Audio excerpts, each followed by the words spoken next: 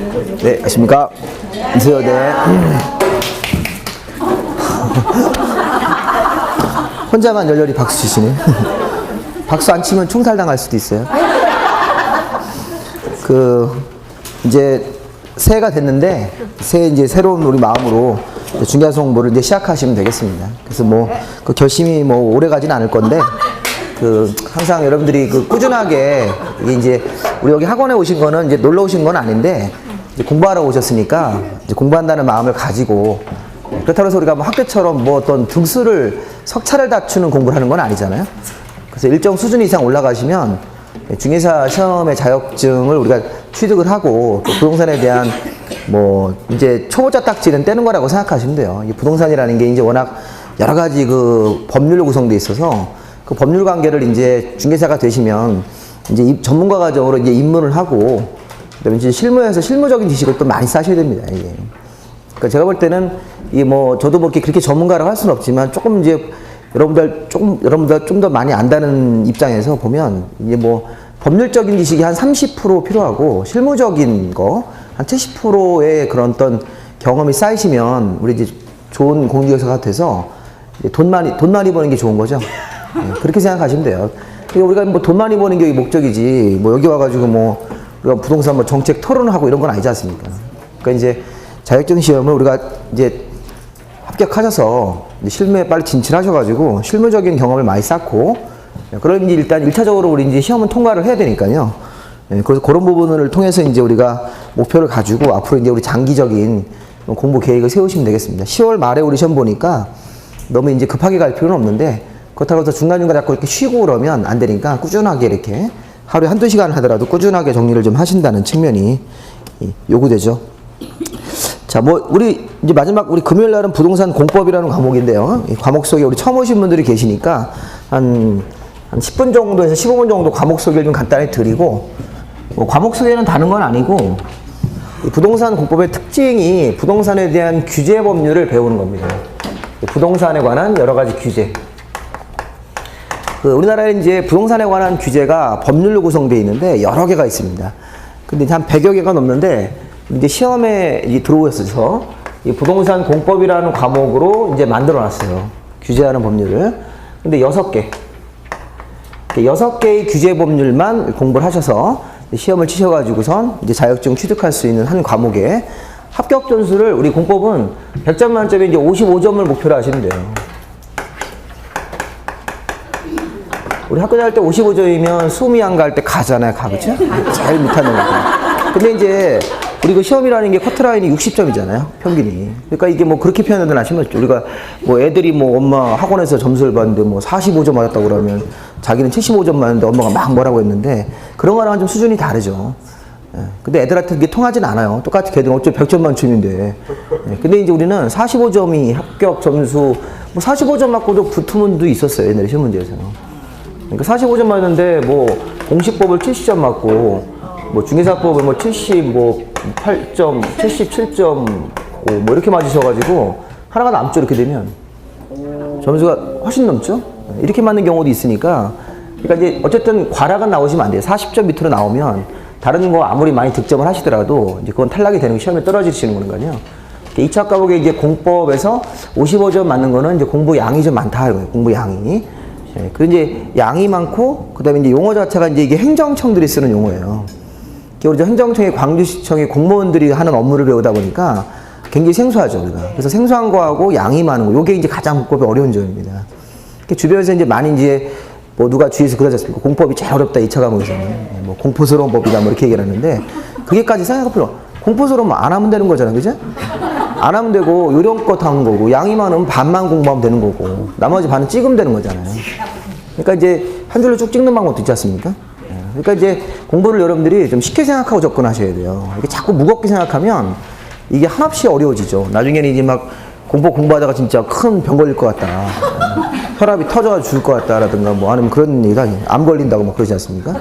머릿속에 암이 생길 것 같다 이런 얘기 하시는데, 오늘도 이제 한 2시간 들으시면 머리 아프실 거예요. 머리가 아파가지고 진통제 개보린 이런 거 드시고 그러는데, 처음에 이제 우리가 입문할 때는 어쩔 수가 없습니다, 이게.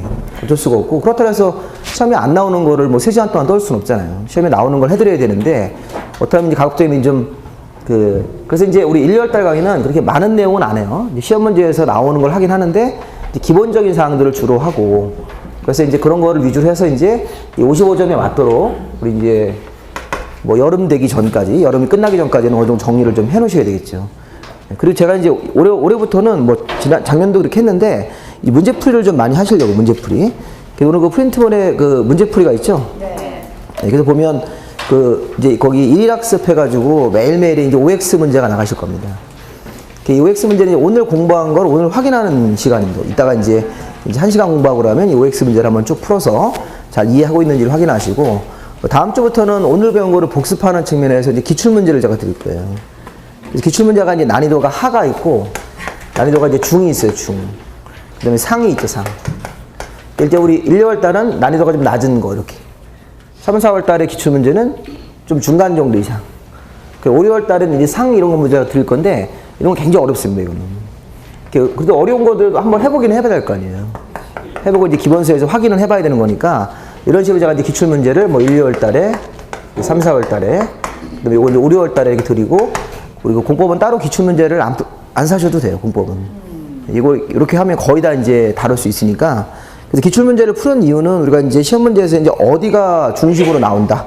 중요한 부분을 파악하고, 또 기출문제 형태가, 유형이 있겠죠. 유형이 어떤 형태의 유형을 물어볼까.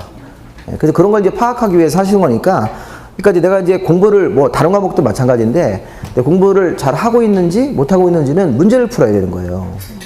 문제를 무조건 처음부터 푸셔야 돼요. 저는 그렇게 생각을 해요. 어차피 우리 10월 마지막 그 토요일 날 문제 풀이 할 거 아니에요. 그러니까 문제를 계속 푸시는 게, 오늘 이제 민법을 배웠어요, 이번 주에? 그럼 민법 그 관련돼서 문제를 풀어보시라고요.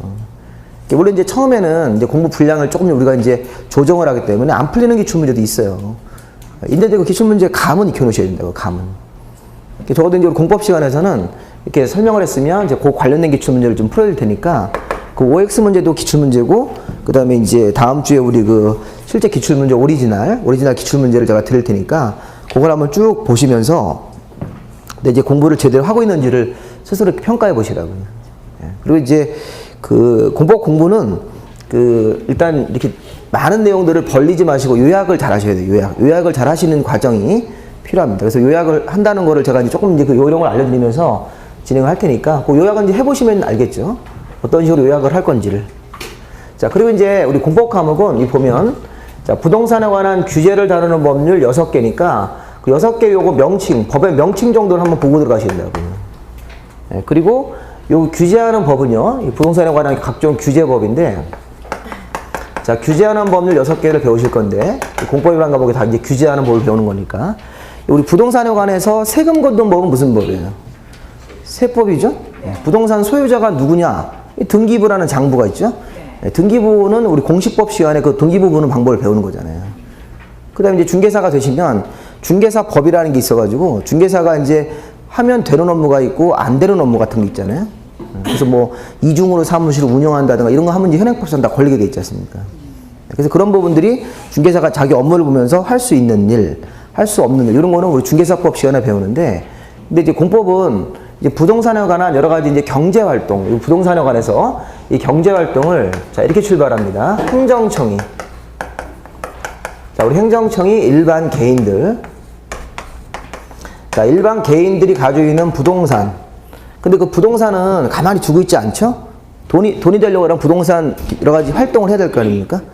토지에다가 뭐 건물을 신축해서 상가 건물을 세를 준다든가, 아니면 우리가 이런 것도 있어요. 농지를 형질 변경한다고 그래요. 농지를 형질 변경. 우리가 농지는 농사 짓고 있다, 임야, 임업의 목적으로 쓰고 있다, 무슨 뭐 버섯 기르고 이런 거. 근데 이런 걸 하다가 형질 변경이라는 걸 하는 거예요. 형질 변경. 그러니까 형질 변경은 더 경제적으로 가치 있는 땅으로 바꾸는 작업을 하는 거예요. 형질 변경할 때는 가서 물리적으로 공사를 하겠죠. 농지에 있는 흙을 다 이렇게 퍼내고 새로 집 질 수 있는 흙, 거기서 주택을 짓든지 상가 짓든지 이렇게 택지로 바꾸는 거예요. 택지. 택지란 말도 쓰고 뭐 대지란 말도 씁니다. 전원주택을 지을 땅, 뭐 상가를 지을 땅, 공장을 지을 땅. 그럼 여기 부동산 그 사업을 하시다가 어떤 사람이 농지를 쓰고 있다, 그 농사 짓기 막 힘들다, 이런 얘기를 하시는 거예요. 근데 그 땅이 나중에 택지로 바꿔서 주유소를 할 수 있다, 이렇게 될 수 있습니까? 네, 그게 가능한 토지가 있고 그렇지 못한 토지도 우리나라에 있다는 거예요. 그런 걸 우리 이제 공법에서 배우시는 거예요. 이게 이 농지가 주유소용지로 바꿀 수 있는지, 아니면 그 농지 상태의 토지를 그냥 그대로 팔면 평당 20만 원밖에 못 받는데 이걸 전원주택 부지로 바꿔서 개발해서 분양할 수도 있죠. 그럼 우리 개인들이 그 전원주택 부지를 사서 자기가 자기 집을 이렇게 짓잖아요. 이렇게. 그렇게 평당 뭐 20만 원에 팔면 그 농지를 다 팔아봐야 뭐 수입이 5억밖에 안 되는데 그 전원주택 부지로 바꿔가지고 파니까 3배가 땅값을 높여가지고, 그러면 3배 이렇게 땅값이 높게 해서 이렇게 개발해가지고, 그러면 그 차익이 많잖아요. 그런 걸 우리 부동산학 개론에서 이제 최유효 이용 그러잖아요. 최유효 이용. 땅을 경제적으로 최대한으로 가치 있게 이런 걸 조사해서 이 법률이 정하는 범위 내에서 그걸 이제 전원주택 부지로 개발해서 이제 그게 컨설팅이에요. 그러면 5억 버는 사람이 10억을 번 거잖아요. 그럼 여러 가지 이제 비용 같은 거 다 빼고도 한 7, 8억이 남았다.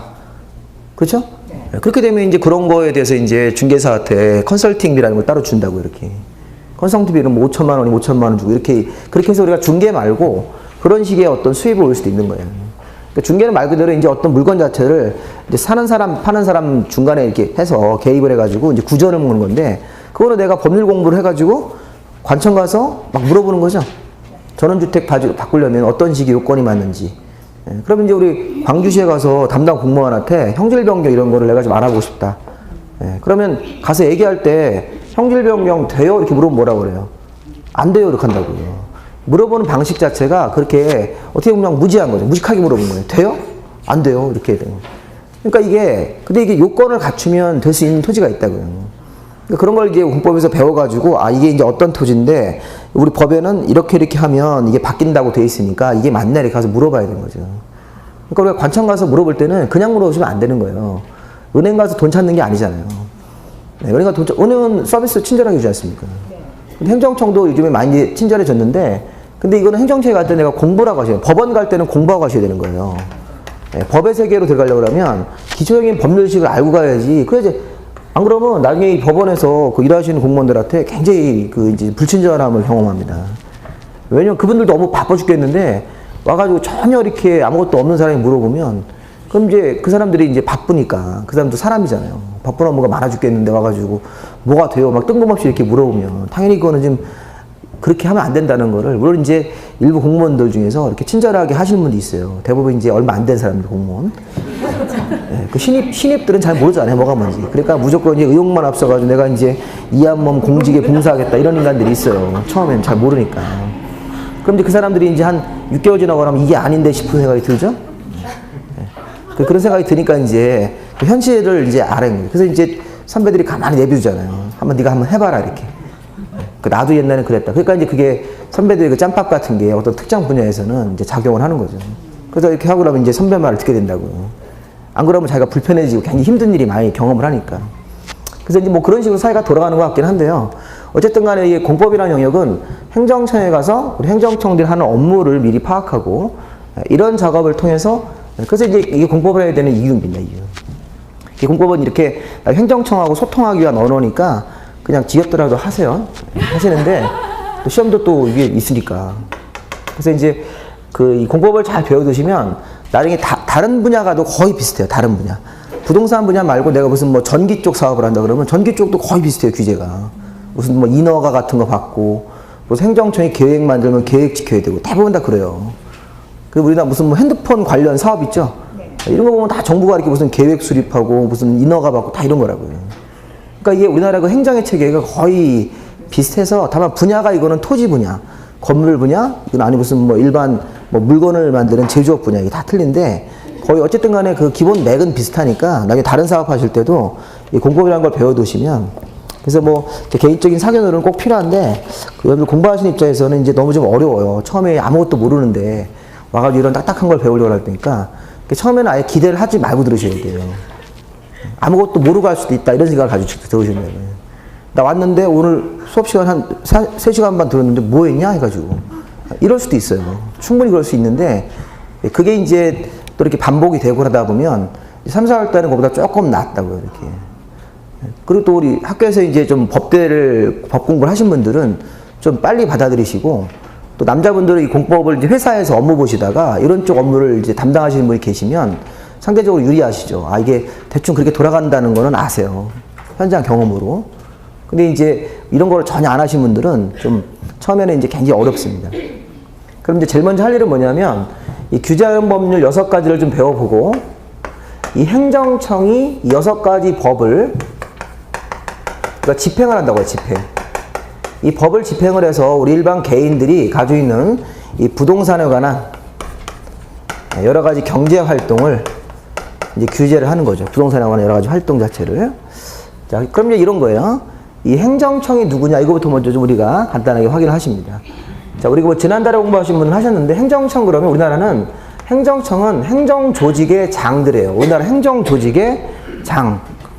아니면 행정주체장이란 말도 쓰는데, 그럼 행정조직이 우리나라에는 국가가 있고, 지방자치단체라는 데가 있는 거죠. 우리가 이제 국가는 대한민국이죠. 네. 대한민국에는 부동산 쪽 담당하는 부가 있어요. 정부 중앙 부처가 있다고요. 현재 이제 세종시로 내려와 있는데 거기서 국토교통부죠. 국토교통부. 부동산 쪽 담당하는 부서가 국토교통부. 그럼 국토교통부의 최고 의사결정권자 누굽니까? 장관. 이렇게. 국토교통부라는 행정조직 안에 최고 의사결정권자가 국토교통부 장관. 이렇게 되면 국토교통부 장관님이 이제 국가행정청 이렇게 부르시는 거라고요. 근데 이제 이 국토교통부 장관 말고 다른 여러 장관들은 신경 쓰지 마시고 여기 보면 이제 지방자치단체로 가서 이제 국가 밑에는 지방자치단체라는 조직이 우리나라에 있는데 자, 넓은 지역을 담당한다 광역지방자치단체, 좁은 지역을 담당하면 기초지방자치단체. 자, 우리 이 광역에는 서울특별시 같은 거, 우리 또 광주와 같은 광역시 이렇게. 광역시가 우리 옛날에는 직하시라고 했지 않습니까? 네. 근데 어렸을 때도 그랬는데 이제 광역시가 됐고 이 광역시가 우리나라에 6개가 있잖아요. 그렇죠? 인천, 뭐 대전, 광주, 그다음에 이제 부산, 대구, 울산 이렇게 있는데 요즘에 그 수원시가 이제 광역시로 승격을 하려고 지금 하고 있어요. 근데 아직 그게 허용이 안 되고 있는데 뭐 조만간에 된다는 얘기도 있고. 자, 그러면 서울특별시, 광역시, 그다음에 세종, 네, 세종특별자치시, 경영 줄여서 자치시, 그다음에 제주 특별 자치도라고 그러네요. 그 다음에 우리 경기도나 경상남도 같은 도 이렇게 있습니다. 그럼 이게 이제 광역 지방자치단체가 이제 5개가 우리나라에 있는데 특별시와 역시 자치도 도기 때문에 이런 단위가. 그럼 여기서 이제 서울특별시장이죠. 광역시장, 세종특별자치시장, 제주특별자치도지사, 그 다음에 우리 경기도라든가 전라남도의 그냥 도지사 이런 분들이 광역 지방자치단체의 행정청. 그리고 이제 광역 밑에는 이제 기초가 있는데 자, 서울특별시나 광역시 밑에 구가 있는 거예요. 구. 근데 이 구를 우리가 자치구라고 그래요. 자치구. 선거할 때 구청장을 뽑기 때문에 자치구. 근데 우리 저기 뭐 전주라든가 이런 데가 있는데 원래 전주는 또는 뭐 경기도 수원 같은 이런 데는 우리가 시라고 그래요. 시, 군. 여기 이제 자치시나 자치도나 도 밑에는 이런 시군들이 있어요. 시군. 그리고 서울특별시나 광역시 밑에는 구가 있다고 생각을 하시면 돼요. 이 하급관청으로. 이런 건 아시죠? 네. 근데 이런 것도 좀 모르시는 분이 계시더라고요. 이 주소 쓸 때 다른 행정지명을 모르시더라고요. 그러니까 나는 전라남도 나주에 산다 그러면 서울특별시 밑에 뭐가 있는지를 모를 수도 있는 거예요, 사실은. 네, 모를 수도 있는 건데 이제 이거는 우리가 좀 아셔야 되는 기본적인 내용이에요. 여기 보면 서울특별시나 광주, 광역시 밑에는 구라는 데가 있고 그 다음에 나머지 여기 행정지명, 여기 뭐 자치시나 자치도나 서귀포시 이런 데가 제주도 밑에 있잖아요. 이렇게. 근데 여기 전라남도 밑에 무슨 뭐 나주시라든가 무슨 화순군 이런 게 있다고요. 보통 이제 이런 행정지명 이런 데 밑에는 시군이 있는 거고 특별시 밑에는 구가 있는 건데 근데 우리가 여기서 조심할 거는 이 구에 그래서 전주시 완산구 이런 거 있죠? 거기 들어가면 안 된다고요. 우리 아니 성남시 분당구. 우리 성남시 분당구는 여기 경기도 성남시예요. 성남시. 그 성남시가 이미 기초지방자치단체인데 성남시가 인구가 워낙 많다 보니까 인구가 막 90만 이렇게 된다고요. 그럼 그 성남시를 나눠요 이렇게. 그걸 우리가 뭐라고 그래요? 행정구라고 그러는 거예요. 행정구. 자치구가 아니라 행정구. 그 행정구청장들은 시장님이 임명을 하는 거예요. 성남시장님이. 그러니까 사실은 우리가 이제 여기 경기도 밑에 무슨 뭐 성남시 같은데 또 전라북도 밑에 전주시에는 구가 또 있어요. 구가 이렇게. 근데 이 구는 여기 자치구청장이 아니에요. 네. 자치구가 아니고 이거는 행정구라고 한다고요. 그래서 무슨 뭐 성남시 뭐 분당구 이런 거 있잖아요. 뭐 전주시 완산구 이런 거. 이런 거는 우리가 행정구기 때문에 구청장으로 인정하지 않는다 이렇게. 그렇게 속으로 생각을 하셔야 된다고요. 그래서 일반적으로는 그냥 시장, 군수, 구청장 이분들이 기초지방자치단체 행정청 이렇게 뭐 나주시장 무슨 뭐 군수 이런 사람들 서울특별시랑 광역시 밑에 구청장들 이런 사람들이 행정청이 된다. 자, 기초행정청. 자, 그럼 이제 앞으로는 국토교통부 장관, 그 다음에 특별시, 광역시, 자치자치도지사, 시군, 구청장 이분들은 이제 서열대로 쓴 겁니다. 네, 그리고 이제 우리가 이런 것도 좀 하나 아셔야 되는데, 자, 여기 써 있는 분들을 5명을 쭉 부르면 너무 이게 이름이 길죠. 네, 그래서 이걸 다 우리가 시도지사란 말을 써요. 이렇게 시도지사. 그러니까 우리 이제 이 긴 법률 용어를 이렇게 줄이는 거예요. 약칭으로. 그럼 여기서 우리가 말하는 시도지사 할 때 도지사님이 도지사라든가 특별자치도지사 이런 사람들이고, 이 시장님은 특별시, 광역시, 자치시장님을 다 포함시키는다라고 보셔야 돼요. 시도지사라는 단어에는 좀 전에 우리 광역행정청들이 있습니까? 네. 이분들 5명이 다 들어가는 거라고 이렇게. 그럼 여기 시도지사 할 때 시장님은 광역지방자치단체고, 여기 시장 군수할 때 군수협회 시장님은 기초죠, 기초. 네, 우리 그런 거를 기본적으로는 구별을 하셔야 된다고. 그래서 앞으로 시도지사, 시군구청장, 국토부 장관 이런 말을 많이 쓸 거라고요. 그럼 이제 이런 분들이 우리 이제 법을 집행해서 우리 일반 개인들의 부동산 활동을 이제 규제할 거라고요. 뭐 이런 거죠. 건물을 짓는데 건물의 업종을 주유소는 안 된다. 뭐 이렇게. 술집은 할 수 없다. 근데 편의점은 된다. 이렇게 할 수 있다는 거예요. 편의점 같은 거는 이게 주택가가 있으면 상가 같은 걸 줘가지고 편의점, 세탁소, 미장원을 할 수 있는 건가요? 주거 생활하는데 그런 거 우리 자주 이용하죠? 네. 근데 거기다가 이렇게 주택가 안에 한복판에다 상가를 줘가지고 거기다가 무슨 뭐 카지노를 짓는 거예요, 카지노. 그러면 그 주거 생활이 잘 안 되겠죠? 밤만 되면 카지노 하러 올 거 아니에요. 국내 전용 카지노 이렇게 해가지고. 그러면 뭐 밥 먹고 거기만 뛰어가면 그게 가정생활이 되겠습니까? 네. 우리 카지노가 그 외국에서 무슨 기업들이 이제 외국에 큰 기업들이 많지 않습니까? 무슨 뭐 중국의 무슨 기업 이렇게 중국인들도 요즘에 돈 많이 벌어가지고 큰 기업들이 많은데 이렇게 우리나라에다가 이렇게 투자할 때 그 제주도 이런 데다가 아니면 인천 그 송도에다가 카지노만 하나 열게 해달라는 거예요. 네. 국내 전용 이렇게 국내인들도 들어오고 뭐 외국인도 들어오고 이렇게 카지노만 짓게 해주면 우리나라에 돈을 5조 원을 투자하겠대. 5조 원. 중국 사람들이 계산에 밝은 사람들이잖아요. 장사하는 사람들이 옛날에. 그러니까 그게 5조 원 이상 수입이 나온다는 거예요. 네. 그래서 그런 걸 하면 무조건 투자하겠다는 거예요, 이렇게. 네. 그래서 이제 그거를 허용하자라는 논리도 있어요. 이제 외부에서 그런 중국 돈을 우리나라에 투자하게 하자.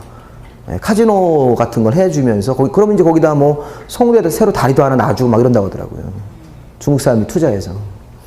그러면 그건 무슨 얘기예요? 그만큼 카지노에서 돈을 많이 벌 수 있다는 거죠.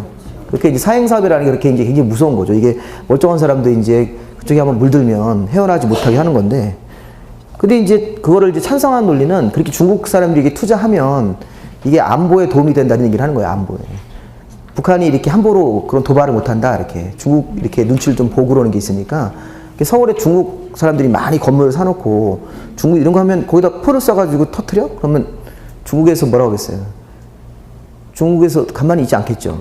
자기는 어떤 금전적인 손실이 생기니까 북한에 대해서 이제 그런 걸 제재하지 않겠냐라는 그런 약간 좀 비약이 있겠지만 그런 식의 주장을 해가지고 이렇게 투자하자는 얘기도 있고 그거 안 된다 그런 거 하면 안 된다는 얘기도 있고 뭐 여러 가지 이제 이론이 있지 않습니까?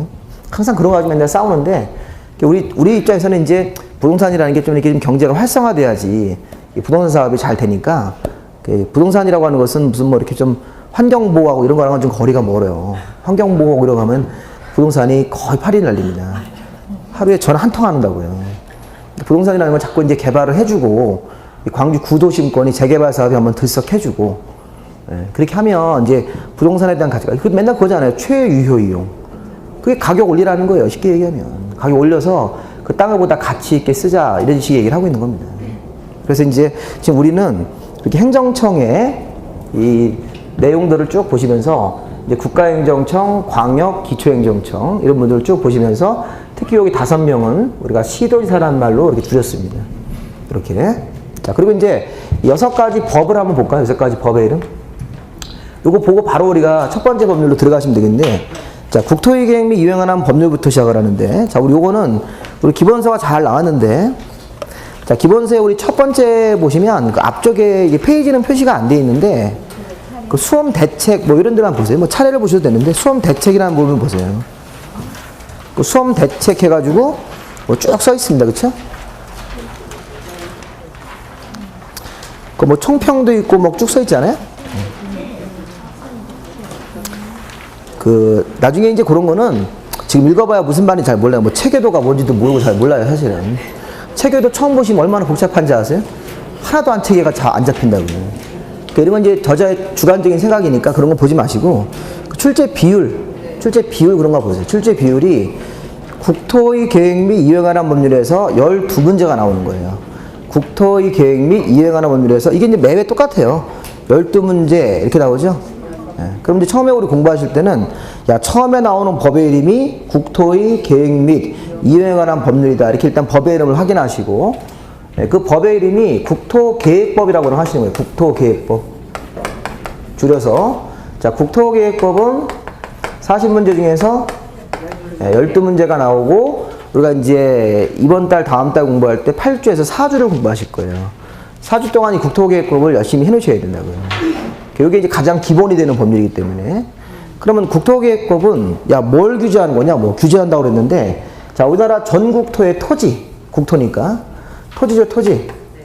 네, 토지 소유자들이 마음대로 이용하지 못하도록 규제하는 법률이에요. 자, 토지 소유자가 여러 가지 경제 활동으로 이용을 합니까? 네. 그러면 그 이용할 때 이런 거예요. 건물을 아예 못 짓게 할 수도 있어요. 이 땅에서는 건물 자체 신축이 안 된다 이렇게 할 수도 있어요.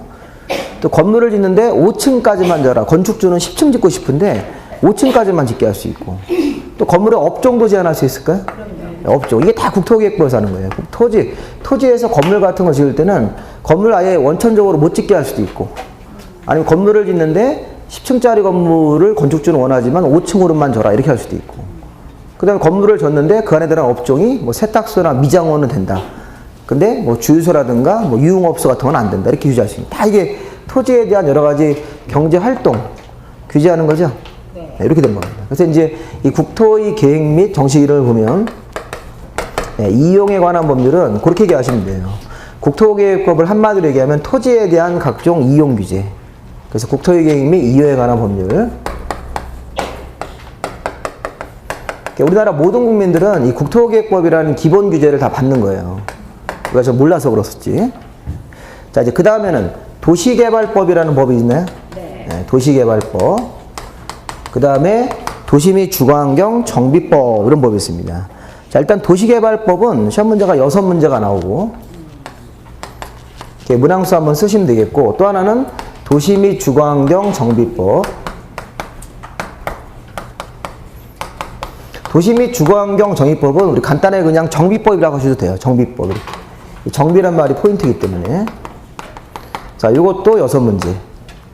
그러면 도시개발법은 우리가 이렇게 얘기해요. 도시개발 사업에 대한 규제. 도시개발 사업에 대한 규제. 이런 말을 쓰는 겁니다. 자, 우리 토지 위에서 도시개발 사업을 한다는 것은 새로운 시가지를 만드는 사업을 하는 거예요. 새로운 시가지. 자, 우리가 이 광주라는 도시나 뭐 서울 도시도 마찬가지인데, 그 여러분들 그 서울에 제가 이제 뭐 서울 쪽 얘기를 예를 들었는데, 이쪽 지금 제가 잘 모르니까 서울에 보면 서울에 마곡지구라는 데가 있어요. 서울시 이렇게 그 김포공항 쪽 외곽 쪽인데, 거기서 이 도시개발 사업을 해가지고 새로운 시가지를 만드는 거예요. 새로운 시가지. 자, 우리 속으로 어떻게 개념을 잡으셔야 돼요? 논밭 임야가 있다고요. 서울시 안에도 여전히 논밭 임야가 있어요. 네. 그렇게 미개발된 땅을 최초로 시가지로 개발하는 겁니까? 네. 이게 도시개발 사업 하는 거라고요. 그 도시개발 사업은 미개발지를 최초로 이렇게 도로 만들고, 거기다가 여러 가지 기반시설, 뭐 공원이라든가 주차장, 관공서 이렇게 쭉 배치하고, 그 주변에다가 주택이나 상가 이런 걸 막 세우는 거예요. 시가지 사업은. 그러면 이런 도시개발 사업하고 비교하는 게 이제 정비사업이다. 자, 정비법은 이제 정비사업을 규제하는 법률이다. 자, 하나는 도시개발 사업이고, 이거는 정비사업이고. 그럼 정비사업은 이건 구시가지예요, 신시가지예요? 예, 구시가지에 가서 노후한 건축물들을 철거하고 다시 축조하는 사업. 우리 이제 그걸 전문 용어로 주택 재개발, 주택 재건축 이런 말 쓰려고요. 그래서 구시가지에서는 무슨 사업을 해요? 네, 재개발 사업, 재건축 사업 이런 거 한다고요. 주택 재개발, 네, 주택 재건축, 기타 여러 가지 사업이 있는데, 그러면 이런 재개발, 재건축 사업이라는 게 정비 사업에 들어가는 건가요? 네. 잠깐만 우리 중개사가 알고 있어야 되는 상식입니다. 재개발 사업하고 재건축 사업의 차이점은 재개발 사업은 도로라든가 공원 같은 기반시설을 같이 만들어주는 거예요. 같이 기반시설을 만들어주면서 노후한 주택을 철거하고 다시 짓는 거 하는 거예요. 그러니까 재개발 사업할 때 항상 기반시설이 같이 들어가는 거예요. 기반시설. 도로, 공원, 학교를 같이 만들면서 노후한 주택을 싹 다 철거하는 거죠. 근데 재건축 사업은 기반시설은 양호하기 때문에 안 건드리는 거라고요. 노후한 주택만, 노후한 주택 자체만 철거하고 다시 거기다 이제 새로운 아파트 같은 사업을 하는 거죠. 그 자리에서. 그러니까 재건축, 재개발의 공통점은 노후한 주택을 둘 다 철거합니까? 네. 근데 이거는 기반시설을 같이 만들어주고 기반시설 작업은 하지 않고 이게 재개발, 재건축의 법률적인 차이라고요. 그래서 이제 우리가 그런 걸 이제 우리 국민 중에서 아직도 모르시는 분들이 많죠. 여기 제 강의 들이 전에 모르는 경우도 있었어요, 솔직하게. 양식껏, 우리가. 그러니까 우리 그런 사람들이 이제 TV에서 이제 부동산 이런 얘기 나오면 괜히 그냥 부정한 생각이 드는 거예요. 좀 그 위화감 같은 것도 느끼고. 누가 부동산 가지고 돈 벌었다. 뭐 이웃에 가지고 순이 엄마가 아파트 하나 샀는데 5천만 원 올랐다. 그러면 내가 배가 아프죠. 네. 배가 아프니까 이제 뭐 부동산 얘기 나오면 욕부터 하는 거예요. 공인중개사가 다 나쁜 사람들이다. 막 이러고. 그러니까 이게 사람이 이제 그렇게 부정적으로 살면 안 된다고요. 그래서 제가 지난번에도 그랬지만 누가 뭐 하면 이렇게 칭찬해주고 중개성 부시작했는데 너 참 좋은 공부했다. 나도 해야 되는데 이러면서 나 좀 가르쳐달라. 이렇게 좀 긍정적으로 해서 사람들 소통해야 되는데 그거 왜 하냐 막 하지 않습니까? 우리나라 부동산 자격가진 사람들이 굉장히 많은 너까지 그렇게 하게 되면 나중에 그거 해도 개업도 못한다. 막 이렇게 자기가 뭐 알지도 못하면서 여기 와서 공부도 안 해본 사람이잖아요. 지금 현재 우리나라에서 공인중개사가 지금 자격 가진 사람들이 32만이에요.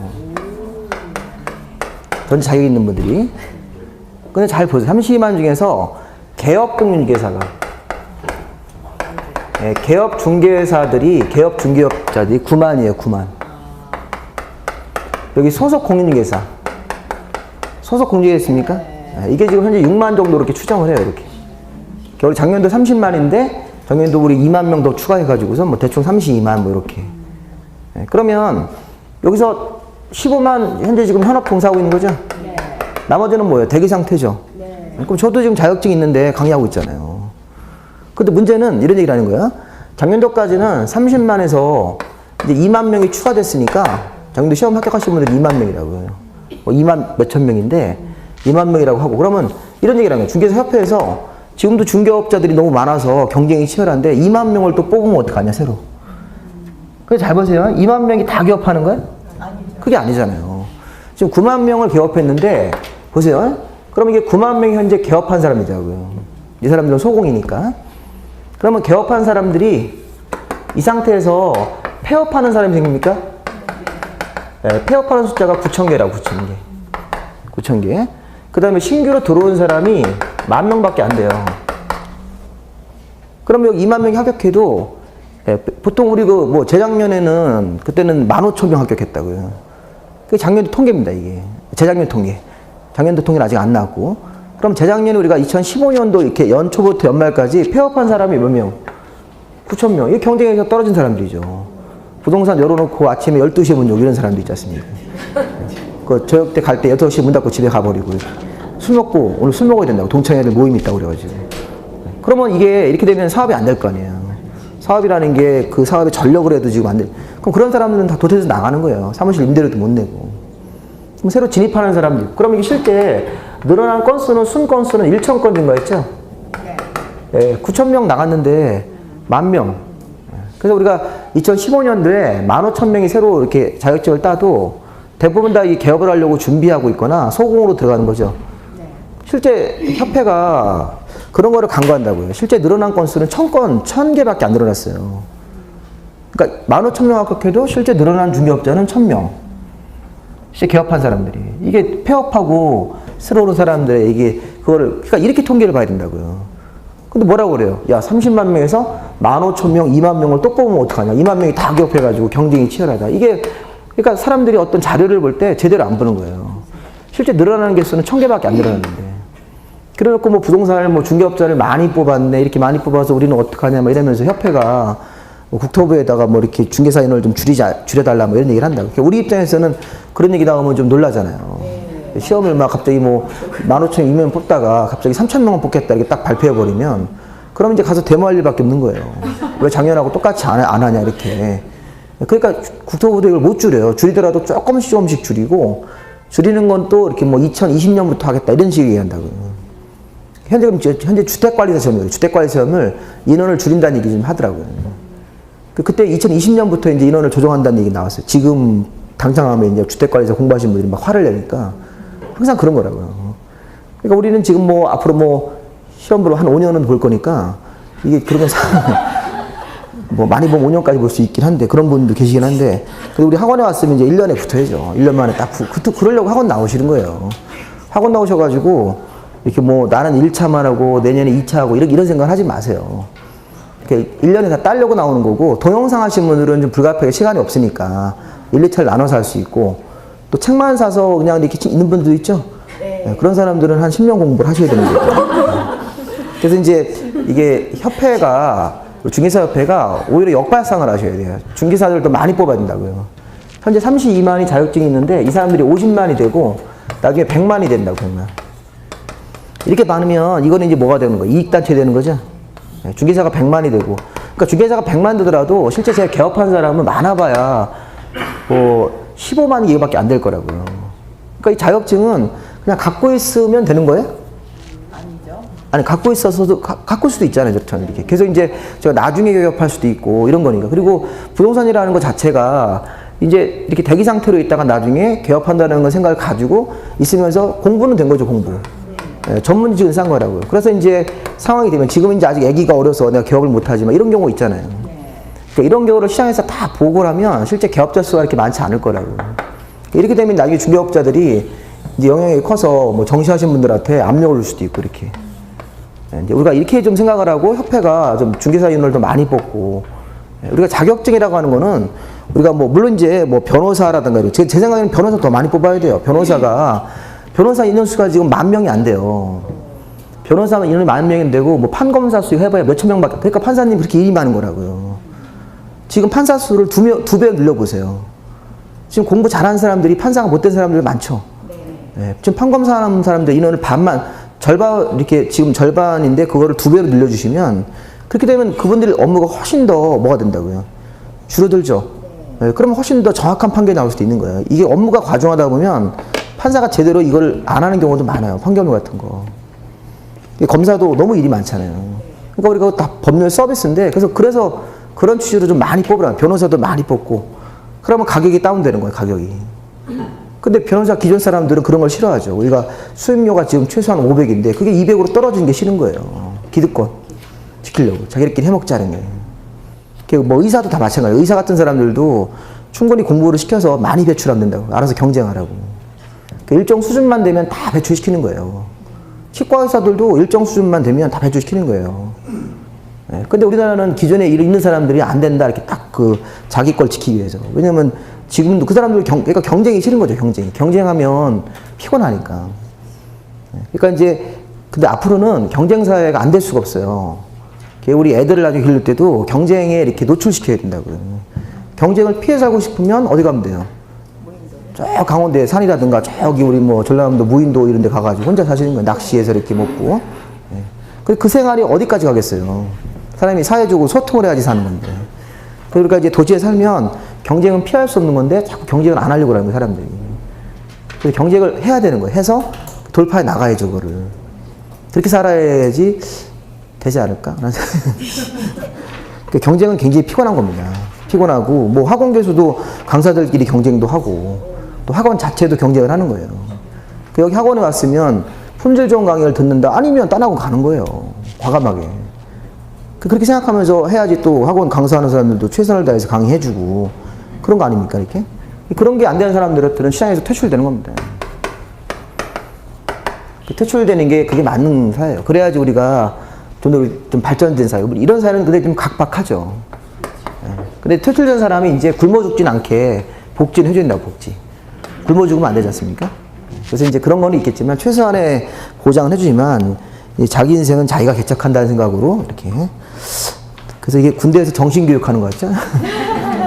군대 가면 이제 그런 정신교육을 먼저 해요. 이렇게 해서 막 해가지고 하는데 요즘에는 잘 안 되는 것 같더라고요. 요즘에는 애들이 그런 거 얘기해도. 네.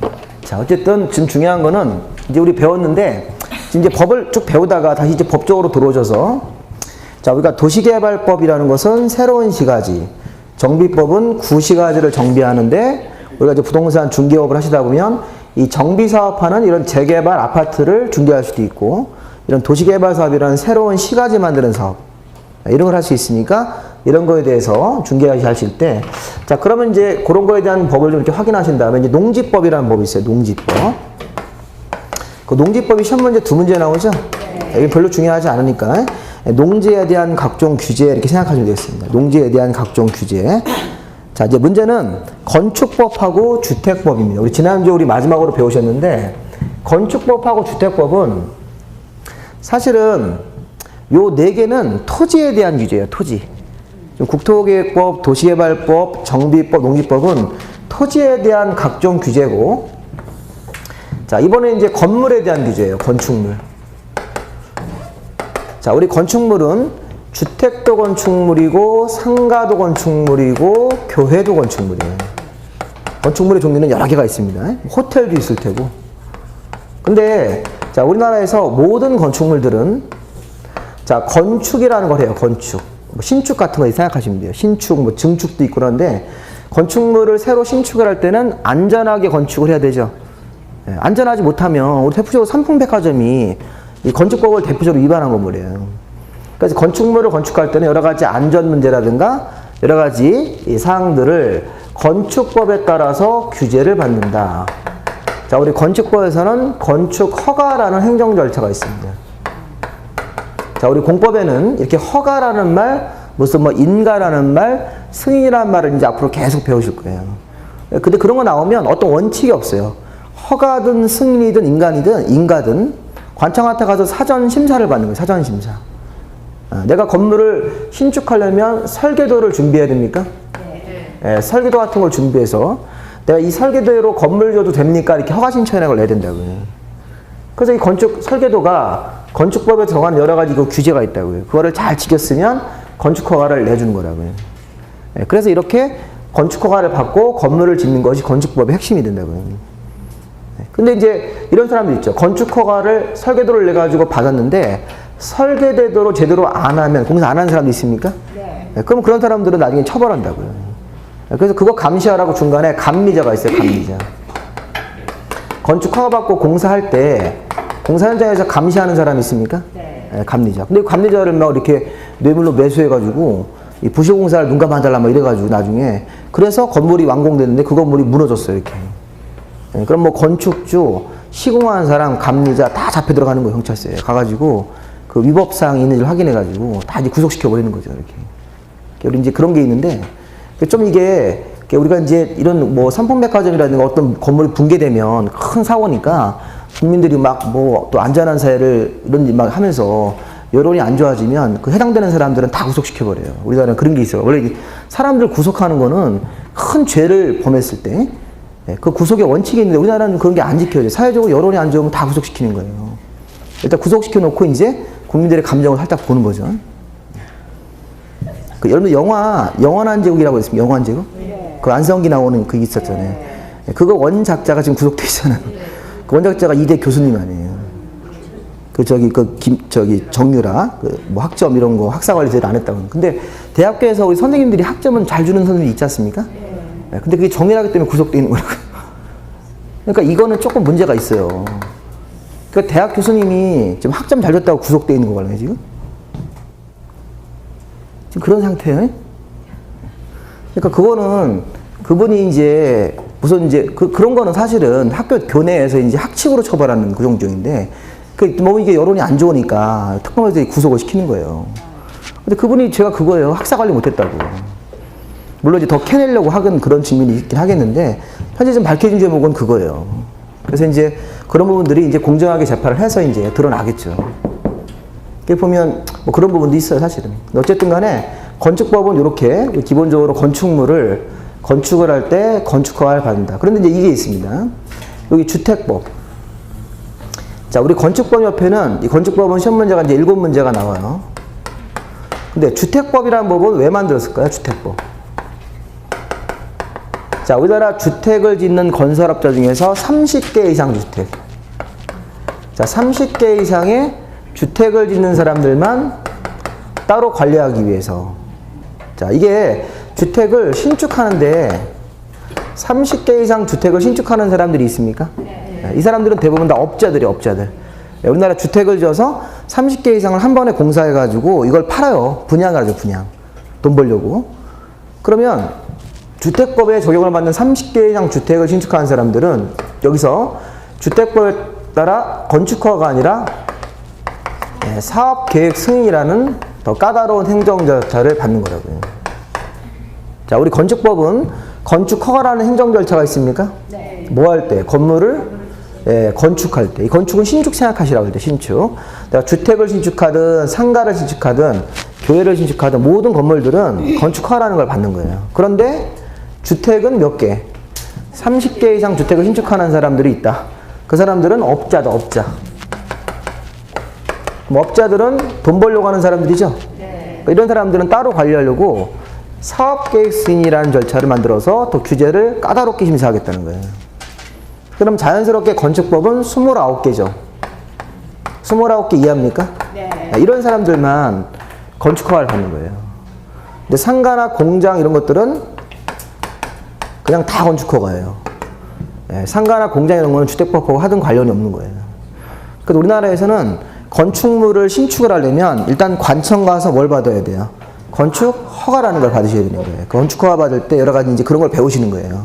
근데 건축 허가인데 건축물 중에서 주택은 29개 이하까지만 짓는 사람들이 우리나라에 있습니까? 한 번에 공사하는 양이. 그럼 그런 사람들은 건축 허가고 30개 이상으로 넘어가면 주택법으로 넘어가서 더 까다로운 심사인 이 승인이라는 걸 받으셔야 돼요. 승인. 그걸 우리가 기본적으로 알고 들어가시면 됩니다. 그래서 이제 광주시에다가 우리 예를 들어서 광주시 어떤 조그만 건설업자가 연립주택을 한 동을 져요. 연립주택. 여기서 말하는 개수는 등기입니다. 등기. 그럼 연립주택을 딱 한 동을 져가지고 그것만 분양을 하는 거예요. 광주시의 특정 동네에서. 그럼 연립주택에 그 한 동 지으면 24개가 들어가요. 보통 이제 4층으로 짓고 한 세대당 6세대 이렇게 보통 건설한다고 생각하시면 되니까. 그러면 24개를 짓는 거는 건축허가가 되는 거예요. 건축허가. 그 한 장소에서 24개만 지어서 그것만 파는 거를 건설업자가 하니까. 그런데 그게 2동이 되면 48개가 됩니까? 네. 그리고 3동이 되면 72개가 된다고요. 그렇게 48개, 72개가 넘어가 버리면 주택법에 따라 사업계획 승인한 심사를 받으러 가셔야 돼요. 그리고 관청도 틀려요. 이 건축허가는 관청 자체가 이게 시군구청장, 아까 우리 여기 광천 중에 기초지방자치단체인 시장이나 군수, 구청장. 자, 우리 광주시에서는 누구한테 건축허가 냅니까? 구청 가서 내시는 거죠. 전라남도 나주 가서는 나주시장, 전라남도 화순 가서는 화순군수, 이렇게 그분들한테 가서 이걸 내신다는데, 이게 주택법상 사업계획 승인은 관청이 이분들이에요, 이분들. 요 위에 광역지방자치단체 이분들이 사업계획 승인권자라고요. 그래서 30개 이상 주택 지을 때는 관청 이름도 특별시장 이렇게 되는 거라고요. 자치시장, 자치도지사, 그냥도지사 이런 분들이 각각 사업계획 승인을 내주는 거니까. 그러니까 우리가 이 광주에서 만약에 주택사업을 뭐 30개 이상 뭐 72개를 한다 그러면 광주시청 가셔가지고 이 승인을 내셔야 돼요. 담당 공무원한테. 구청 가시면 잘못 간 거예요. 틀리죠, 이게. 그러니까 나주에서 만약에 72개짜리 주택사업을 한다 그러면 전남도 도지사님한테 가서 그 담당 공무원한테 가 내셔야 된다고요. 도청 어디 있습니까, 지금 현재? 잘 모르시는구나. 여기는 광주 시민들이니까. 무안에 있어요?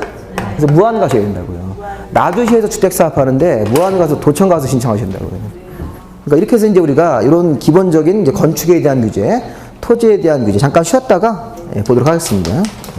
오늘 끝나는 시간은 첫날이니까 40분, 이따 1시 40분쯤에 오늘 끝나고 오는 거를 이렇게 미리 알려드리겠습니다.